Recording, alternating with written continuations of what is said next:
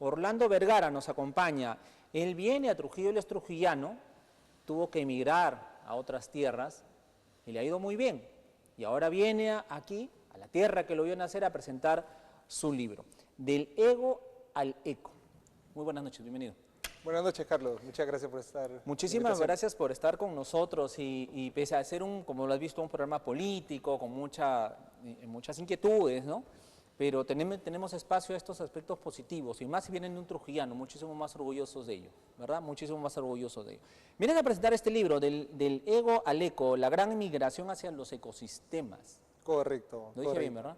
Muy bien, no, perfectamente, Correcto, perfectamente. correcto. Cuéntame, a ver. Mira, te cuento, ¿por qué un libro que se llama Del ego al eco, verdad? Sí. Porque me he dado cuenta, bueno, como lo has dicho, soy trujillano, he tenido la fortuna de poder viajar un poco por el mundo y ahora vuelvo con esta propuesta porque he entendido que para ser un buen líder futuro, ya que estamos hablando también de diferentes temáticas, claro, hay que tener un faro diferente.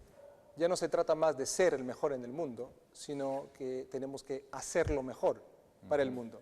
Son dos palabras que cambian, pero es una manera completamente de ver el futuro, una nueva manera diferente de liderar.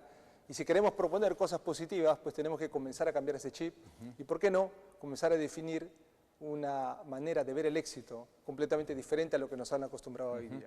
Entonces, cuando se habla de un líder, que el líder es, o sea, sí, el liderazgo es importante, pero ese liderazgo se complementa con... Correcto. Bueno, el liderazgo podríamos hablar y debatir muchísimo acerca de lo que es liderazgo, pero yo creo que una manera simple de entender las cosas cuando hablamos de liderazgo es simplemente, la primera cosa es, hay que autoliderarte, ¿verdad? Hay que ser consciente de quién eres, cuál es tu propósito en la vida y entender cuál es lo que te empuja en el mañana. Y ese es el primer trabajo, de ser líder de ti mismo, para poder luego liderar a los demás. Cuando hablo del libro, que es la migración hacia los ecosistemas, los ecosistemas es un tema bastante nuevo, es un tema que yo lo traigo aquí a Perú porque he visto que en otros países como en Estados Unidos, China o en Europa ya se habla mucho de ecosistemas. Pero ¿sabes qué pasa, Carlos? Que no sabemos aún cómo trabajar en ecosistemas, porque nadie nos ha enseñado a colaborar, nos han enseñado a competir. Pero ahora en el mundo lo hemos visto, por ejemplo con el COVID, que la única manera para resolver los grandes problemas de la humanidad pasan solamente a través de la colaboración. Y eso significa hay que dejar el ego de un ladito, dominarlo y poder colaborar. Y hablas, por lo tanto, de este ecosistema empresarial. Correcto. ¿La red de redes? Sí, puede ser una manera de verlo. Mira, yo creo fundamentalmente que las empresas ya no van a competir contra empresas. Son los ecosistemas que van a competir contra ecosistemas. Y permite hacerme un ejemplo muy simple. Mira, una cosa es decirte, Carlos, me gusta mucho tu corbata, y otra cosa es decirte, Carlos, me gusta mucho tu conjunto, ¿verdad? ¿Qué cosa anhelan los consumidores? ¿Qué cosa anhelan las personas? Las personas anhelan un conjunto, es decir, soluciones completas, integrales, coherentes y convenientes en sus vidas. Las personas necesitan salud, no necesitan hospitales. Esa es una segunda opción. Las personas necesitan educación, conocimiento. Luego verán a qué universidad tienen que ir. Las personas necesitan moverse de A a B, luego verán si es con un micro, una combi, un auto, una moto, una bicicleta, ¿verdad? Entonces, esta manera diferente de ver las cosas requiere un abordaje completo y una colaboración público y privada en esta dirección. Ahora, estas alianzas estratégicas, ¿no? Se habla muy bien, juntarnos, unirnos, desarrollarnos, pero estas alianzas estratégicas también requieren ciertos criterios, ciertos perfiles, ciertas necesidades, en fin. O sea, ¿cómo definir eso? ¿Cómo ir por ese sendero? Correcto, sobre todo. Y esa es exactamente la propuesta del libro, es decir... A comprar el libro. Exacto. Y esa es la propuesta, porque, mira, el 80% de los líderes, y te hablo de los líderes en todos los niveles institucionales, privados, están en una modalidad reactiva, es decir, reaccionan a determinadas situaciones. Solo el 20% de los líderes se encuentra en una modalidad proactiva. ¿Qué quiere decir eso? Que solo el 20% está creando su futuro y el 80% está viviendo en un futuro que otros han creado para ellos. Ahora, ¿cómo ayudamos a esos líderes a que sean proactivos? ¿Cómo ayudamos a esos líderes que vean abundancia y no escasez? ¿Cómo ayudamos a esos líderes a que vean la colaboración y no la competición? Pues son todas propuestas que en este libro la abordo de manera muy diferente, es decir, con narrativas que puedan impactar y se puede entender de manera más fácil cuál es esa migración. Ahora, dentro de este trabajo colaborativo, de este trabajo de ecosistemas, también hay un factor que que nos lleva a formar estos ecosistemas, que es la innovación. O sea, la innovación va a querer, o sea, tú eres innovador, yo voy a querer juntarme contigo porque voy a complementar finalmente mi proceso, ¿no? Correcto. Y eso es más que importante. En esta globalización más aún todavía, ¿no? Correcto.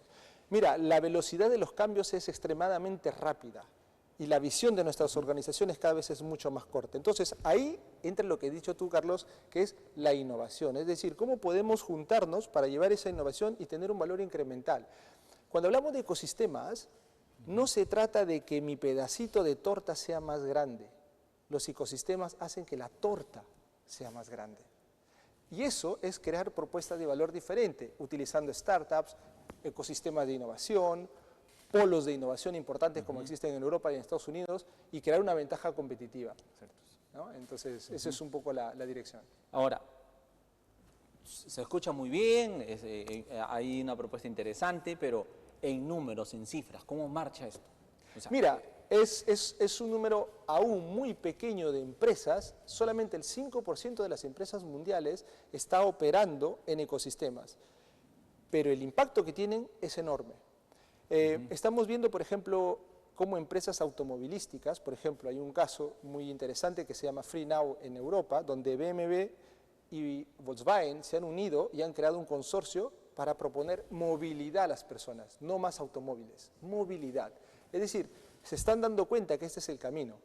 Estamos viendo, por ejemplo, que empresas telefónicas se están metiendo en el mundo de la salud.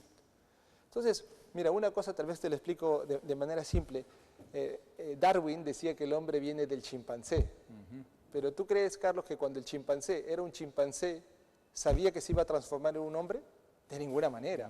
Entonces, los líderes tienen que ser conscientes que su empresa puede nacer como A, pero la evolución del contexto es talmente grande y rápida que probablemente su empresa se va a convertir en B. Entonces tienen que abrirse a explorar nuevas opciones, a incorporar la innovación y a transformarse constantemente, ¿no? Y lo bueno de esto es que hay clientes. Claro. O sea, hay clientes, los clientes están ahí, o sea, prestos justamente a recibir esto innovador, esto que le facilite la vida, o sea, el mercado está allí. Y si hay 5%, entonces tenemos todavía un gran mercado. Un grandísimo mercado y bueno, regreso un poquito también al tema del libro, Carlos, que es, primera vez hay un libro monográfico sobre cuáles son las características que los líderes tienen que tener y lanzado aquí en Perú. Entonces ya no tenemos excusas para decir que hemos llegado tarde, ¿verdad? Entonces yo creo que los jóvenes pueden comenzar a entender esta nueva manera de liderar y ser mucho más proactivos y liderar este cambio. Y apostar por esta red de valor. Completamente. ¿Verdad? Bueno, ya lo presentaste en Trujillo. Sí. Muchas gracias. Y hay que decirlo, porque justo antes de entrar a la pausa me comentaba un poco, ¿no? Vienes después de mucho tiempo a tu ciudad. Sí, ¿verdad? Correcto. Pero has venido exclusivamente por algunas horas a presentar el libro aquí. Sí, o sea, correcto. Gracias por eso. O sea, pudiéndote quedar en Lima, o sea, venir a Trujillo unas horas y regresarte, habla muy bien. O sea, estás dejándole un legado a la ciudad y eso me parece magnífico, ¿no? Estás devolviéndole lo que te dio, ¿no? Correcto, hay que devolver a la sociedad lo que la sociedad en su buen momento nos dio, ¿verdad? Y creo que al final eso se trata, ¿no? De compartir ese conocimiento, dejar el ego al lado y comenzar a crear estos ecosistemas, esta red que crean valor en la sociedad. Pero viajas a Lima Sí, y te preparas para un evento importante, Tec Lima, ¿no? Sí, bueno, he estado esta mañana con la Universidad Privada del Norte, aquí en Trujillo, dando una conferencia y explicando a los jóvenes también de qué cosas se trata esto. Estaré el día miércoles también en la Universidad Autónoma del Perú y con la UPC también en un par de sedes. Y el día viernes voy a estar en la conferencia TEDx Lima, también una conferencia muy importante donde abordaremos algunas temáticas también que tienen que ver un poco con la relación con el ego, pero mucho más amplia. Así que una semana muy llena, pero he querido estar aquí en Trujillo, mi ciudad natal, y compartir esto. Orlando, te agradezco muchísimo por estar esta noche con nosotros y nada, agradecido, sinceramente. Muchas gracias, Carlos. Muchísimas gracias. Orlando Vergara, autor del libro Del Ego al Eco.